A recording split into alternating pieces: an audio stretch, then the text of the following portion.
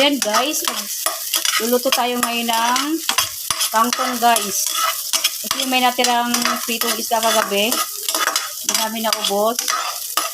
So, bali, gigisahin ko siya ng haluan ko siya ng kangkong. So, ayan. Nagisa muna ako ng sibuyas at bawang dito. At saka yung mga stem ng mga, ayan o. Mga stem ng mga sibuyas. Para dagdag lasa. So, ayan. Goods na to guys. Lalagay tayo ng isda. Yan. Ihalo natin yung mga isda na yan guys. Bali yan yung mga natira kagabi. Na isda. Hindi namin naubos. Ayan, nalalagyan ko siya ng kangkong. Dahil gusto rin magbaon ng aking college ng gulay. So, ito na lang ipababaon ko sa kanya. Hindi naman ito guys, mati guys eh. Kahit ano nakain naman ito eh. Ayan, maglalagay lang tayo dito ng tubig. So, ayan, bali naglagay ako guys ng dito, tubig na 2 basong tubig. Ayan. Para may kaunting sabaw.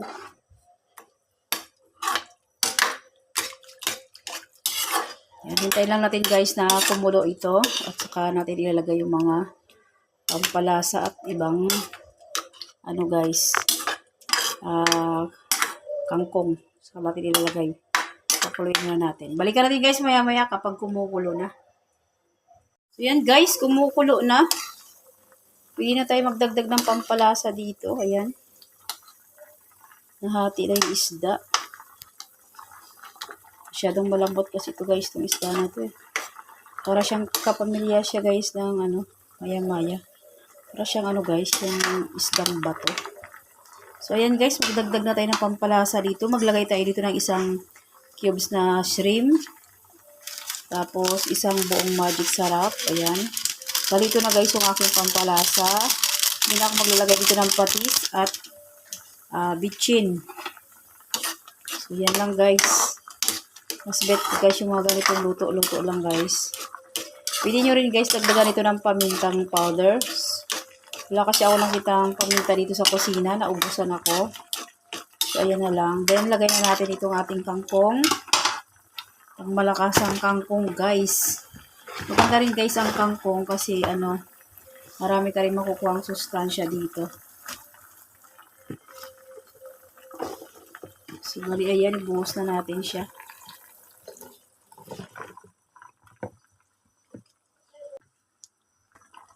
So, ayan guys, bali nilagay ko na yung kangkong. Ayan, hindi siya mahalo. Masyadong punong-puno. Balikan natin guys, maya-maya kapag nagkipis-kipisa na siya. Kasi hindi siya masyadong mahalo guys, gawa ng punong-puno. Tingnan natin yung kangkong. Ayan, medyo umano na siya, umimpis-impis na.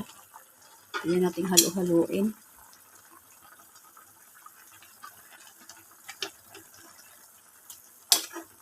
Handanin lang natin guys, baka mabuhog yung ating mga isda.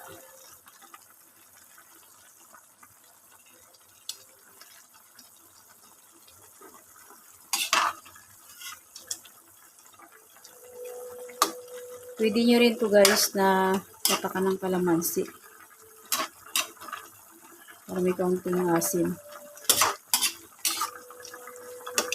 So, kasi ako din ako naglagay. Ayan guys, so yung ating isda.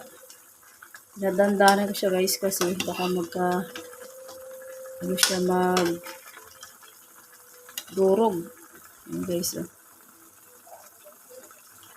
Gusto rin magbaon ni Mika, so ayan, nilutuan ko siya ng gulay. May naglako kanina dyan sa guys. May naglako kanina dyan sa harapan ng bahay. Kaya bumili ako. Hindi ako nakapunta ng palengke. Gawa ng tanghali na kasi nagising si Mika. So, bali mamayang hapon na lang ako ulit mamalengke.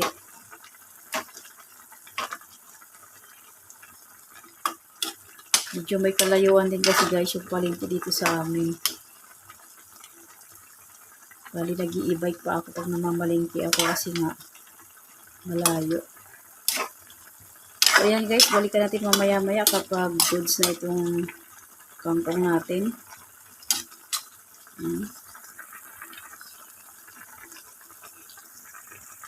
Ayan guys, tignan natin kung luto na yung ating gulay na kangkong.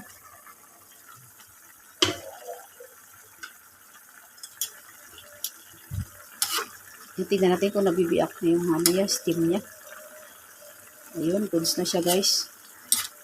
Ano na siya, luto na siya. So ayan, tikman natin guys. Sa ibas kasi kami lang rin naman ang kakain nito. Ang sarap guys, grabe. Napakasarap kahit sabaw pa lang. Tapos parisa mo ng bagong isda nito na maraming sili. Panalo talaga. Only rice ka talaga. So yan guys, luto na yung ating ginisang kangkong sa isdang prito. Yan ang ating pananghalian guys for today's video. So yun lang guys. Thanks for watching. Please like, comment, share, and subscribe. God bless us all. Thank you Lord sa blessings.